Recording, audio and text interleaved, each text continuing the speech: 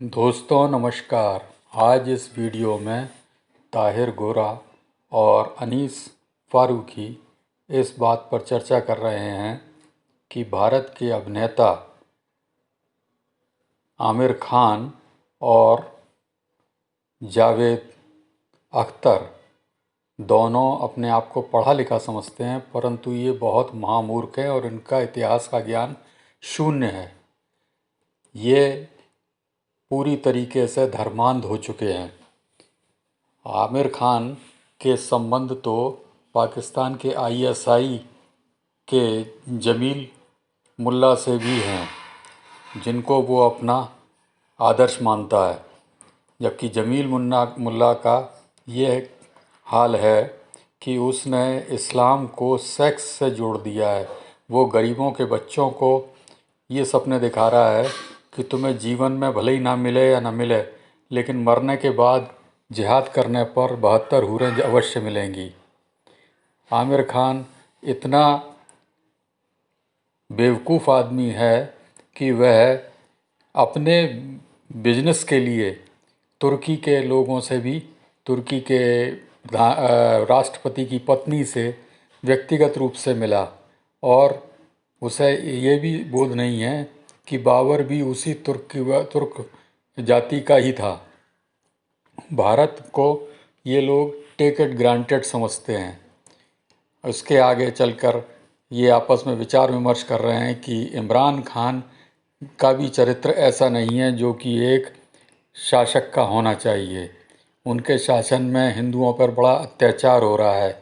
गुरुद्वारा वगैरह के प्रीस्ट की लड़की को भी अपहरण किया गया, जहाँ पर प्रतिवर्ष बड़ी संख्या में हिंदुओं की लड़कियों को अपहरण करके उनका इस्लामीकरण किया जा रहा है। आइए देखें इस वीडियो को। तारिक जमील से याद आया कि तारिक जमील आमिर खान से भी बहुत मिले, हिंदुस्तान के जो अदाकार हैं ना, और आमिर खान को भी बड़ा करीबी लगाव है हमारे मुसलमानों से और मुसलमानों की तारीख़ से, मुसलमान उलमा से, मौलाना तारिक जमील से, तुर्की की जो है खातून अव्वल जो है फर्स्ट लेडी, उनसे।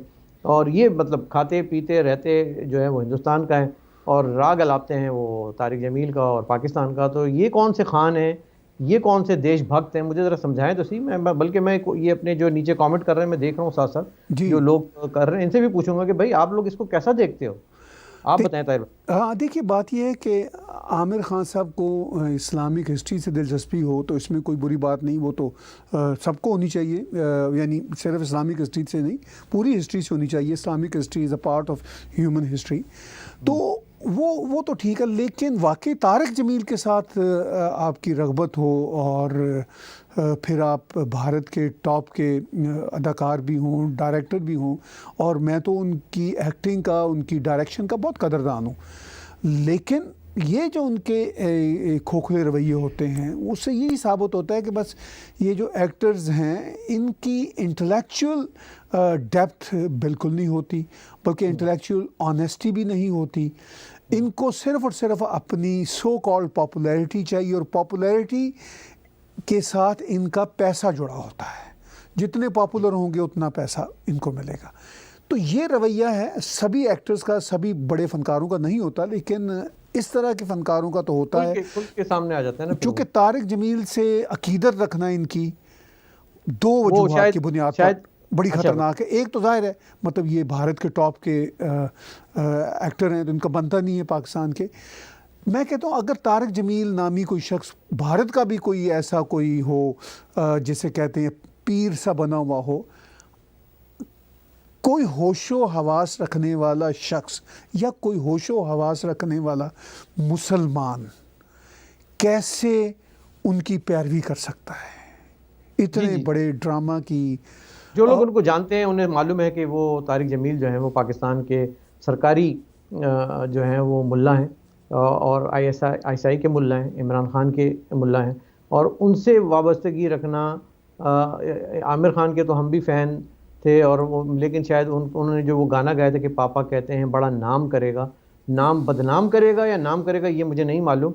लेकिन जो फ़ैन की बात होती है ना, फ़ैन तो हम बॉलीवुड के बहुत सारे लोगों के भी, मैं तो जावेद अख्तर साहब का भी एक हमारे ज़माने तक बड़ा फ़ैन रहा, जब वो बड़े अच्छे अच्छे गाने लिखते थे, लेकिन जब वो गाने लिखते लिखते वो डिफरेंट बैंड बजाने लग गए तो फिर वहाँ पे मुझे उनसे भी थोड़ा सा एतराज़ हो गया। और इस तरह की जो शख्सियात हैं ये हिंदुस्तान में जो दोहरे रवैये रख के चल रहे होते हैं। सर, एक तरफ तो मौका आता है तो वो वंदे मातरम और देशभक्त बन जाते हैं, लेकिन अंदर ही अंदर जो इनके ताल्लुकात और जो इनके कनेक्शंस हैं वो कभी न कभी खुल के सामने आ ही जाते हैं। तो हम ये नहीं कहते कि गद्दार सिर्फ पाकिस्तान में ही होते हैं, मैं किसी को गद्दार नहीं कह रहा, लेकिन मैं एक बात कह रहा हूँ कि इंसान को अपनी प्रायोरिटीज़, अपनी नेशनल इंटरेस्ट और अपनी पॉलिसीज़ को सामने रखना चाहिए, चाहे वो कोई फ़नकार हो, अदाकार हो, गुलकार हो या शायर हो, जावेद अख्तर जैसा। जी बिल्कुल, आप दुरुस्त कहते हैं। मैं तारिक जमील जैसे लोगों के हवाले से एक बात मैं यहाँ ज़रूर इजाफ़ा करना चाहता हूँ कि इनको कोई जानता हो या ना जानता हो, इनका भाषण आप 5 से 10 मिनट सुन लें, आपको इनकी बैकग्राउंड जानने की ज़रूरत नहीं पड़ती। वो भाषण खुद ही बताता है कि ये कितने खोखले और कितने बड़े ड्रामे लोग हैं। आमिर ख़ान की सूरत में वो जाहिर है कि उनका एक भारत के टॉप फनकार होने के नाते, वैसे ही एक जो पाकिस्तानी ISI के मुल्ला की जो है वो पैरवी करना बनता नहीं।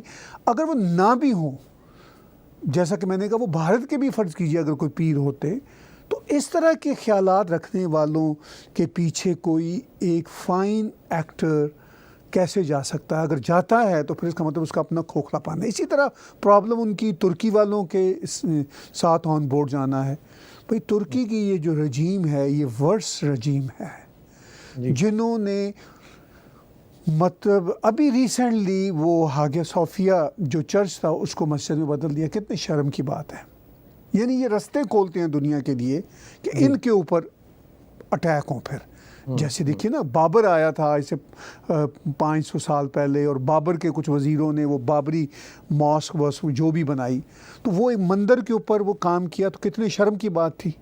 अब वही काम एक और तुर्क नजाद, यानी तुर्की का आदमी, बाबर भी तुर्क नजाद थे, एक और उनके वज़ीर भी तुर्क नजाद थे, और एक और तुर्की का अब सदर ये काम करता है, और फिर आप उन्हीं की तारीफ़ किए जाते हैं, उनसे मिलते हैं, तुर्की में अपनी फ़िल्मों की प्रोडक्शन के लिए उनकी मावनत लेते हैं। तो ये एक शेम की बात है। इसी तरह चीन में ये बहुत बड़े हैं स्टार, तो चीन की भी मदद लेंगे। मस्जिद में क्यों बदल दिया? या तो आमिर खान ने सवाल उठाया था मैडम के सामने, तो चलें बात बनती है। हाँ, आपने जिक्र किया बाबर साहब का और बाबरी मस्जिद साहब का, मस्जिद का। तो मामला ये है कि ट्विटर पे बड़ा एक मज़ाहिया सा एक ट्वीट मुझे देखने को मिला, जिसमें कहा कि भाई असल में बाबरी मस्जिद तो वहाँ पहले से थी, किसी ने उसके नीचे जाके मंदिर बना दिया था, पता नहीं कैसे अंडरग्राउंड टेक्नोलॉजी उस ज़माने में थी। तो मतलब अकल के होश के नाखून नहीं लेते कि आर्कियोलॉजिस्ट ने, दुनिया के मायनात आसार कदीमा के लोगों ने ये बात साबित कर दी कि वहाँ पर जो थी वो जन्मभूमि थी, और उसके ऊपर जो है वो एक मस्जिद की शरंगेज़ी और फसाद शुरू किया गया था एक बादशाह की तरफ से, जिसका इस्लाम से भी कोई दूर दूर तक का ताल्लुक़ नहीं था, ना कभी उनको पता था कि इस्लाम है क्या। तो वो एक ऐसी कहानी है कि मतलब ये तारीख़ के वो शर्मनाक बाब हैं, सियाह बाब जिसे कहना चाहिए कि dark chapter of the history, कि जो हमें मुसलमानों को शर्मिंदा करते हैं कि ये देखें आपके जो बादशाहों ने और आपके जो अकाबरीन थे उन्होंने क्या काम किया था। Back to the Tariq Jameel sahab, मैं यही कहूँगा कि देखें, उन्होंने रियासत की जो लाउड स्पीकर हैं वो बन के किरदार अदा किया। उन्होंने पाकिस्तान की गरीब आवाम को, जिनके पास खाने को पैसा नहीं है, वो मनोरंजन पेश किया है 70 और 72 हूरों की शक्ल में। उन्होंने सेक्स मार्केट की वो मार्केटिंग की है कि मैं बता नहीं सकता कि लोग किस तरह से जो कम इल्म कम सोच रखने वाले नौजवान हैं वो अपने आप को फाड़ने को भी तैयार हो जाते हैं कि चलो यहाँ नहीं मिली तो वहाँ जाके मिल जाएगी, 72 हो रहे हैं हमको। यानी कि the religion what Maulana is selling is based on sex. This is again हम सब के लिए एम्बैरेसमेंट की बात है कि ये रिलीजन सेक्स बेस्ड नहीं है, जिसको सेक्स बेस्ड बना दिया गया है। What do you think about that? देखिए, वो मौलाना तारिक जमील ने तो एक हरम सा बनाया हुआ है ना, बल्कि एक ऐसी सेक्स क्लब सी बनाई हुई है जो हम उनकी बातें सुनते हैं तो जो फैसिनेट करते हैं बेचारे गरीब लोगों को, और उनको इस बात का एहसास होना चाहिए कि उनको तो फिर भी मौलाना तारिक जमील की कुर्बत भी नसीब नहीं होगी। कुर्बत तो मौलाना तारिक जमील की नसीब होगी इमरान खान साहब को, जो पहले ही उस क्लब के हैं, हमेशा से उस क्लब के हैं। तो इस तरह की जो एलीट है वो अब तारिक जमील साहब ने जिस तरह की क्लब बनाई हुई है, वो एलीट को ये सहूलत मिलेगी। अब पता नहीं, ज़रा मेरे अल्फाज सख्त हो गए हैं, इससे क्या मुराद है कि तारिक जमील साहब किस किस्म का कारोबार कर रहे हैं इस्लाम के नाम पे बदकिस्मती से? है सर ये आप शर्म वाली बात? आज आपने एक के बाद एक जो है ना मेरे जो है ना वो बटनों को दबा दिया है, और मैं फिर एक और आपने मेरा दुखती रग पे हाथ रख जी दिया कि जो आपने इमरान खान साहब का जिक्र कर दिया, मैन ऑफ द ईयर इनको जो है जॉर्डन की एक मैगजीन ने अवार्ड अता फरमाया है। जी जी और मैं ये अपने अंदर काफ़ी देर तक सवाल करता रहा कि ये मैन ऑफ द ईयर का क्राइटेरिया क्या होगा, क्योंकि मैंने सोचा कि अगर इस क्राइटेरिया में थोड़ा सा इजाफा कर देते तो मैन ऑफ द सेंचुरी भी हो सकते थे। वो ऐसे कि देखिए, एक आदमी जो कि 3 शादियां कर चुका है, अगर वो चौथी कर लेता तो मैन ऑफ द यूनिवर्स हो जाता। अच्छा, एक इस्लामी मुल्क का मैन ऑफ द ईयर देने का क्राइटेरिया ये है कि उसने 3 शादियां की हुई हैं, उसने एक मिस्ट्रेस रखी हुई थी, उसका एक लव चाइल्ड है, एक डॉटर है, और उसके बेतहाशा प्ले बॉय स्टोरीज हैं, and that is the man of the year. Is that the criteria now people are considering in the world? So this is again जो है, आपने मेरी दुखती रग को छेड़ा और मुझे बोलना पड़ा। मैं इसको इशू को नहीं लाना चाहता था जी ऑन जी air, but do you think the character that Imran Khan had in his life, the playboy style, उसके बाद सीता वाइट को के साथ वो मिस्ट्रेस बना के उन्होंने रखा, उनको कभी एक्सेप्ट नहीं किया वाइफ अपनी, उन्होंने बुशरा मानिका के साथ जो है दौरान इद्दत शादी की और उनको तलाक दिलवाई, एक आदमी से, शादीशुदा बड़े बच्चों की बीवी से। उनकी टायरिन वाइट के नाम से एक बेटी है जो कि जमाइमा के साथ रहती है, उनके 2 दीगर ब्रिटिश बच्चों के साथ।